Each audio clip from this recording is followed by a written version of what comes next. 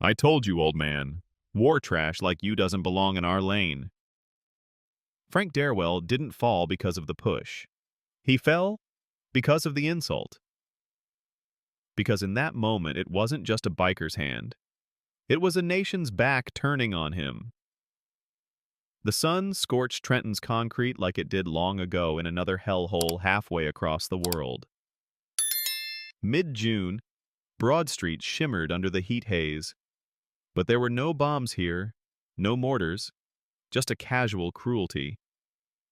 Frank had grown used to silence, used to being ignored, but he never imagined a loaf of bread in his hand could trigger public humiliation.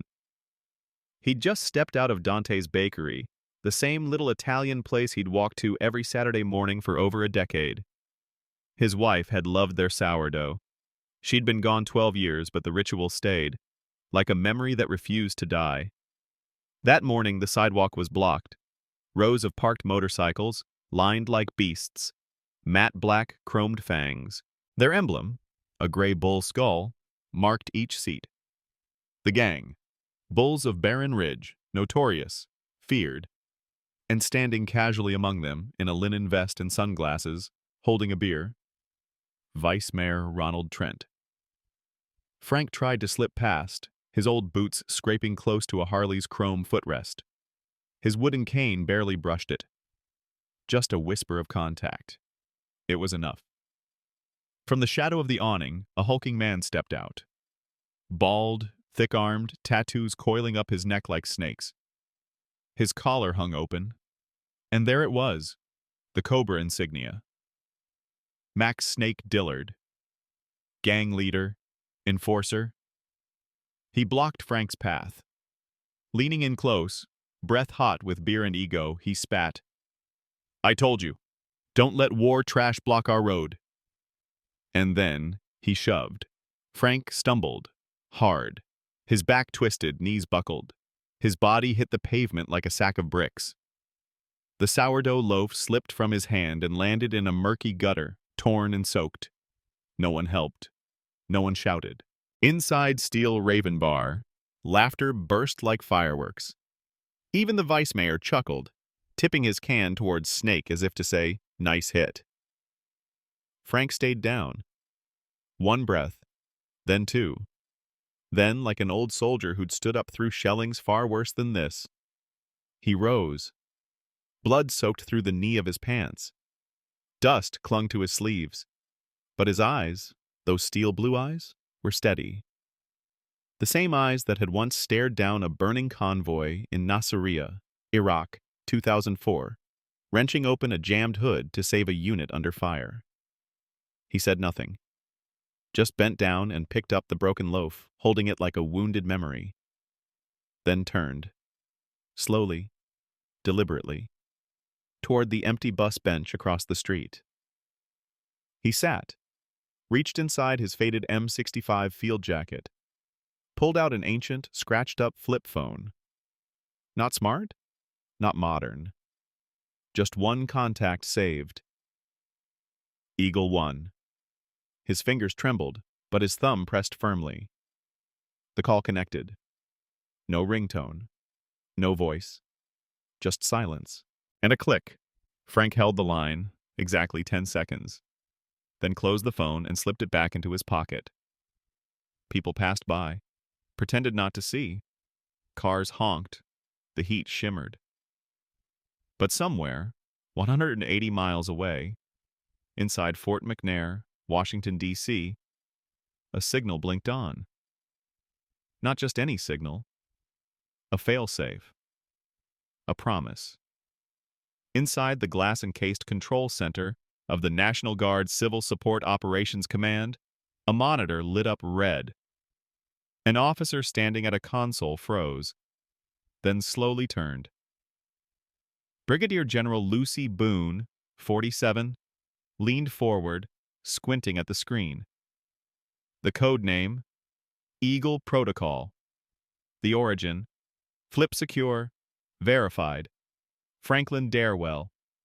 The meaning, family distress, top priority response. Her mouth tightened, Her fingers clenched the pen in her hand, snapping it. She didn't ask for authorization. She didn't check with DC. She stood and gave the order. Activate Eagle Protocol. Immediate airlift. Deploy Blackhawk from Dover. Destination, Trenton, New Jersey. She paused, a long, deep breath. My father just called.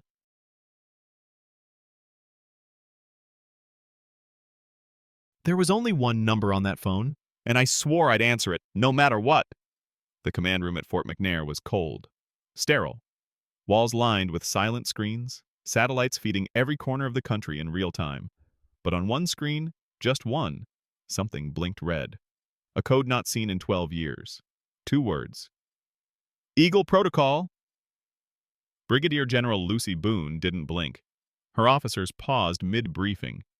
A civilian evacuation report was mid-sentence on the screen behind her. But Lucy's gaze locked onto the incoming identifier. Franklin Darewell. The name alone tore through her like a lightning bolt of memory. She stood. The room fell silent. I want a Blackhawk airborne in 4 minutes. Wheels down in Trenton in under 30. One young officer stammered. Ma'am, with respect, this is a public street, not an AO. Should we verify before? I said move. That call came from my father. That is my protocol. And if we're going to explain ourselves later, I'd rather do it after we save his life. No one objected again. Within 90 seconds, a call was placed to Dover's 238th Tactical Lift. Pilots were already running toward the tarmac. Lucy turned from the war room and disappeared into the ready bay. Her aide called after her. General Boone, are you really going personally? She didn't answer. But the flight suit she pulled from the locker bore her own name across the chest. Boone, L. Eagle 1 Actual. 200 miles away, the sun beat down on Trenton. Frank Darewell still sat alone on the bench across from the steel Raven bar. His flip phone lay in his lap. Closed. Silent. The blood on his knee had stopped freshening, now drying into a dull, red-brown crust. Behind him, the laughter hadn't stopped. Mac, Snake Dillard, still leaned against his Harley, his boot on the curb. Ronald Trent, the vice mayor of Trenton, chuckled behind his sunglasses. He even offered Snake another beer. And that's when Clara Gentile saw him. She was walking back from the clinic, tote bag on her arm, when she noticed the commotion. The sight of the crumpled old man, the loaf of bread, the dried blood, and the way no one gave a damn. She reached into her bag, pulling out her phone. Not to call for help. No one in this part of town answered calls like that anymore. She started recording. Back at Fort McNair, Lucy climbed into the Blackhawk, ducking under the rotors. The co-pilot glanced at her. Ma'am, destination confirmed. Civilian Street. Local PD is not aware. They'll find out when we land. Keep the comms clean, and no one engages unless I give the word. As the helicopter lifted, Lucy held onto the side rail, her eyes never leaving the horizon. Beneath the professionalism, her hands trembled. Her mind flashed images of her father, younger, towering, grease-streaked arms under tank engines, a man who never once asked for help. And now, at 84, he'd called. That alone terrified her more than any battlefield ever had. In Trenton, the air shifted. The crowd outside the Steel Raven bar looked up. Not because of the sunlight, because the sound of rotors was growing. Deep, thunderous, unmistakable. It didn't belong here. Max straightened. Trent lowered his drink. Clara's live stream was now past 6,000 viewers. A comment popped up. That's a UH-60. What the hell's going on in Trenton? Clara didn't answer. She just kept filming. Because above them, the sky was breaking open. The Blackhawk sliced through the skyline, kicking birds into chaos. The rotor wash began to lift dust from every gutter. Napkins flew. Hats were caught in the wind. People ran outside stores, phones up. Traffic slowed, then stopped. Snake Dillard tried to laugh it off. Probably a drill. Ronald Trent looked less certain. No one drills in my district without my say. Then the helicopter lowered. It didn't circle. It came straight down. Precision? Authority? It landed directly on the street, blocking traffic in all directions. And from the belly of that steel beast, she stepped out. Lucy Boone. Combat boots on blacktop. Flight suit zipped. Rank flashing. No sunglasses, only steel in her eyes. She moved past the crowd like a silent storm, face tight, gait unwavering. Then, she saw him. Her father, still sitting, still upright, still holding the crushed loaf of bread like it was the last piece of memory he had left. Lucy stopped. Everyone else, bikers, civilians, even Trent, froze. She knelt, placed one gloved hand on his shoulder. "Dad, are you hurt?" Frank looked up. He didn't smile, but his eyes softened. His head shook. "Not hurt, just tired of watching people forget." Lucy stood, and then with every camera rolling, she turned. "Who did this?" Her voice wasn't loud, but it cut the air like a bayonet. Snake didn't speak. Neither did Trent. "You shoved a United States Army veteran, on camera, and stood there." The crowd murmured. Trent finally stepped forward. "General Boone, with all due respect, this is a civil matter." "No. It became a military matter the moment you stood there and laughed." A silence hung heavy, and then phones buzzed. Clara's video had crossed 1.2 million views. The story had just gone viral, and if you've watched this far, you probably feel it in your chest too. If you believe what happened next mattered, comment the word respect. And if you want justice to keep flying in like this, quietly tap the subscribe button. You'll want to be here when the rotors spin again. Because what happened in the next 30 seconds? No one, not even Lucy, saw coming.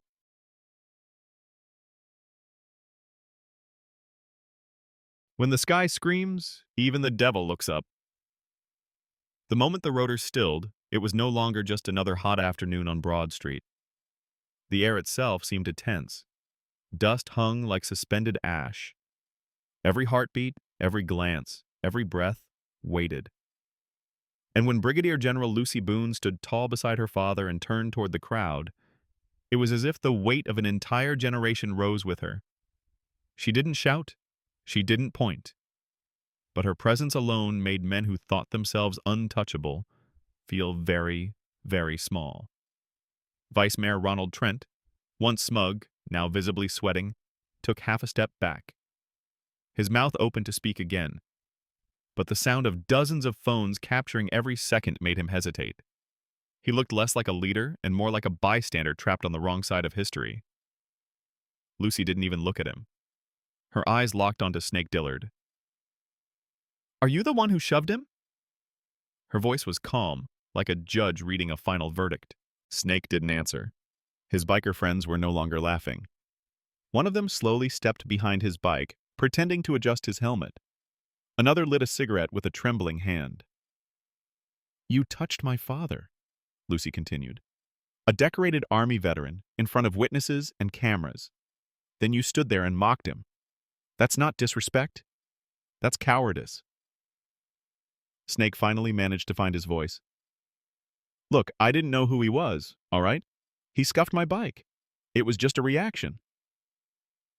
Frank slowly looked up, his eyes locking onto Snake's. And for the first time, the biker's bravado broke.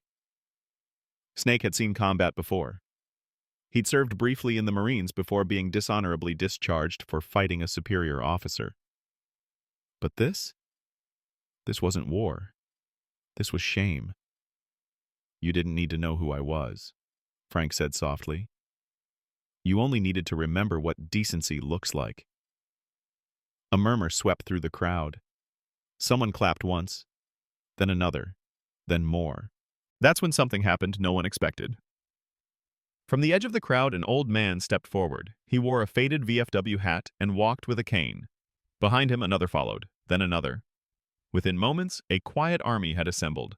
Veterans, some in uniform, some just with medals pinned over worn flannel, all watching, all silent. They formed a line behind Frank's bench. No commands, no fanfare, just presence. Trent's phone buzzed in his pocket. He checked it discreetly. His aide had sent a message. City Hall is watching this live. Pull out. Now. But Trent, still clinging to control, tried one last angle. General Boone, surely you understand, this is an overreaction. We can de-escalate. Let's not turn this into some political theater. Lucy turned to him slowly. I didn't come here for theater, she said. I came because I made a promise to a man who fixed tanks under fire, who raised me alone after my mother passed, who never once asked for thanks. When he called, I came. You, Mr. Trent, were already here, and you did nothing. A younger cop in the crowd, badge still shining, quietly removed his hat. Another officer followed suit. Ronald Trent began to feel what real exposure meant. Not just viral shame, moral bankruptcy. It showed in his silence. But just as Lucy was about to issue the order for Snake's arrest, Clara, still live streaming, suddenly gasped. General, you need to see this. She flipped the phone and played a clip from earlier. It showed Ronald Trent, mid-sip of his beer, watching as Snake shoved Frank. Then it caught it, clear as daylight. Trent laughing, smiling, even clinking his drink with Snake. Lucy didn't flinch. She turned to Trent. Would you like to explain that? Trent's face drained of color. I didn't realize the man had been shoved that hard. It looked like nothing. Lucy took a step forward, eyes burning. It looked like nothing, because to you, old men like him are nothing. And just like that, the crowd turned. There was no need for more speeches. Lucy nodded toward the police officers, who'd already started moving. Snake Dillard was placed in cuffs. His hands didn't resist. There was no fight left in him. But the true silence came when a plainclothes detective stepped up behind Ronald Trent. Sir, I'm placing you under investigation for abuse of power and obstruction of justice. We'll need to take a statement downtown. Trent didn't argue. He just whispered, My career is over. Lucy replied, Your integrity ended long before that. As both men were escorted off, something shifted in the crowd. A collective exhale. People began putting their phones down, but not because the story was over, because the reckoning had finally begun. And in the middle of it all, Frank Darewell sat quietly. A tired man, a wounded man, but not a forgotten one. If this story has made you feel something, if you believe dignity should never be optional, comment the word honor below. Because in part 4, when this city tries to spin what happened, they'll find themselves face to face with something far more powerful than a press conference. They'll face a community that remembers, and one old soldier who never forgot what he stood for.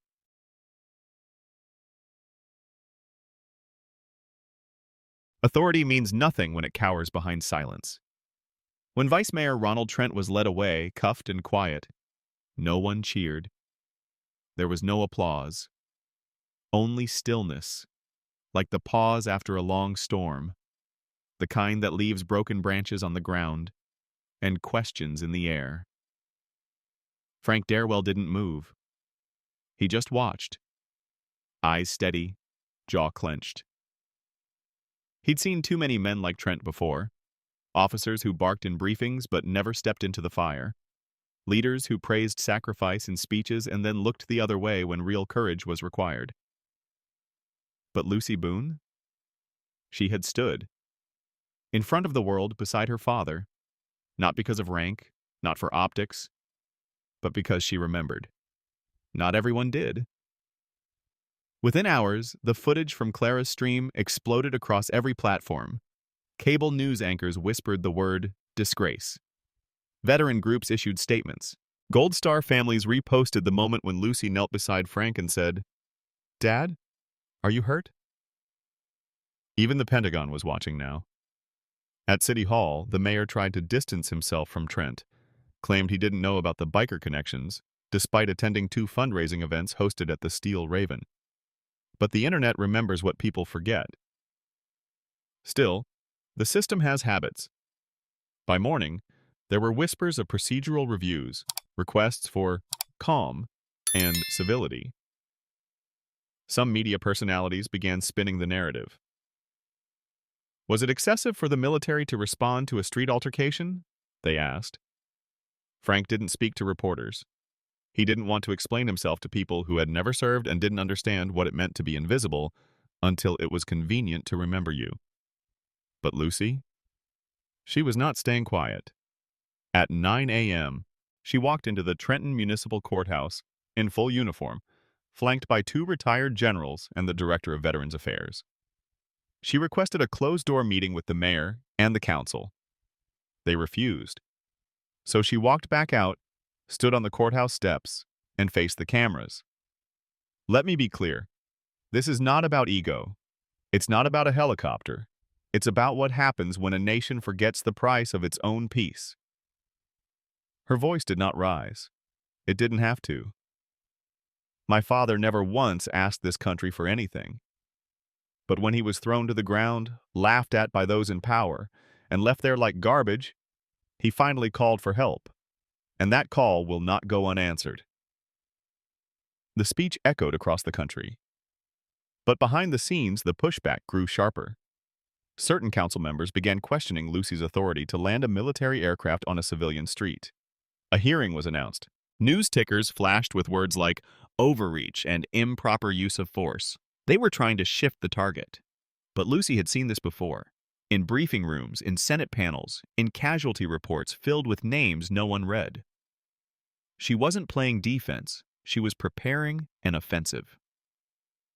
She filed a formal request under the Defense Support to Civil Authorities (DSCA) clause, submitting evidence that Trent's neglect created an environment of unlawful intimidation against veterans. Signed affidavits came flooding in, from Frank's neighbors, from Clara, even from retired Marine Sergeant Ken O'Reilly, who once served with Snake and had seen him mock homeless veterans near the VA clinic. Then came the surprise. A voice no one expected stepped forward. Officer Miles Renner, a quiet patrolman with 18 years on the force, released a body cam clip he'd saved, taken weeks before. It showed Trent laughing with Snake inside the Steel Raven, joking, "Veterans are just broken heroes with loud stories. Let them fade." The backlash was instant. City Hall was flooded with calls. Veterans formed silent lines outside government buildings in more than 12 cities.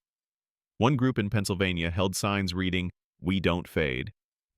Another banner read, "Dignity is a duty." And that evening, Frank finally spoke.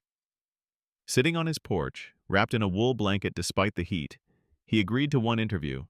No makeup, no PR team. Just one camera and a single question. "Why didn't you say something sooner?" Frank looked away for a long time. "I thought I was the only one who still cared." He paused. "Turns out I wasn't. I just had to fall for the world to remember how to stand." And if that line hits you the way it hit us, comment the word "stand" below, because part 5 is something no one will forget. But before that moment came, there was one final reckoning. City Council gathered in emergency session. The vote to suspend Ronald Trent passed 11-0. But Lucy wasn't finished. She addressed the chamber in person.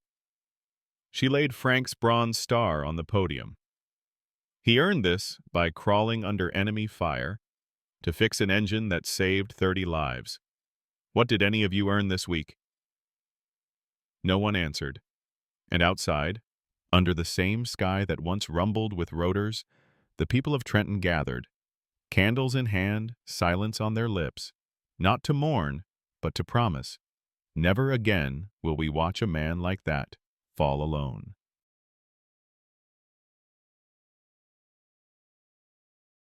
The man they shoved down but just stood taller than the whole damn city. They said it would be a small gathering. Just a few officials, maybe a news crew or two. But when Frank Darewell arrived at Broad Street that morning, the air already carried the quiet weight of reverence. 100 chairs had been set. Over 700 people came. Veterans from every branch. Gold Star mothers. Children holding miniature flags. And across from them, standing respectfully at attention, was a line of silent figures in uniform, not active duty, not ordered to appear. They were there because they remembered, because he had mattered before they ever knew his name.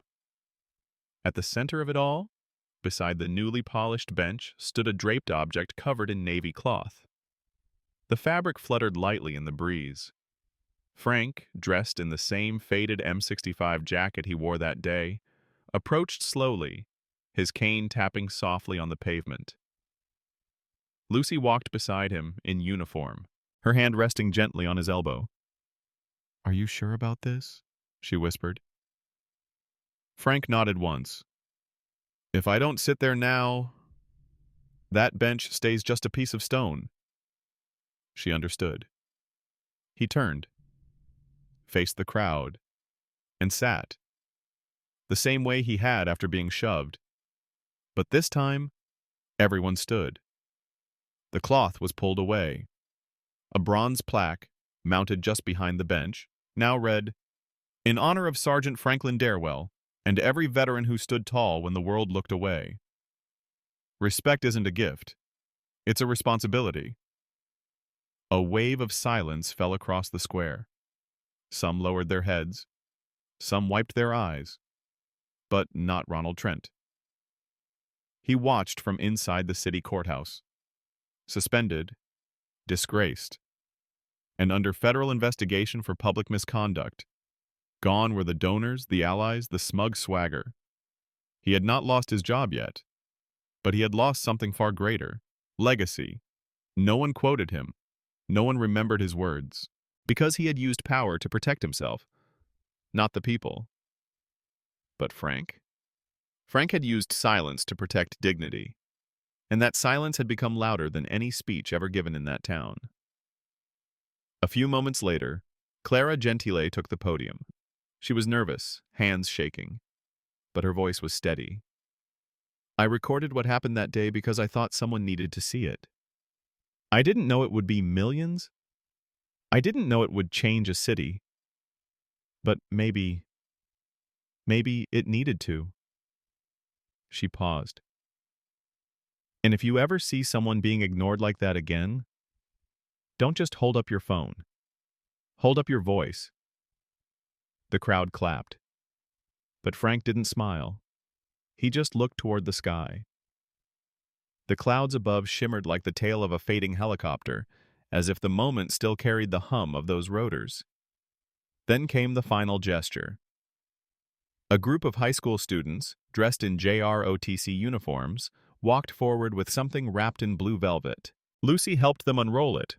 It was Frank's original bronze star, newly encased in glass. Beneath it, the inscription, "For fixing what others broke, for standing when others sat, for being the last one out, and the first to forgive."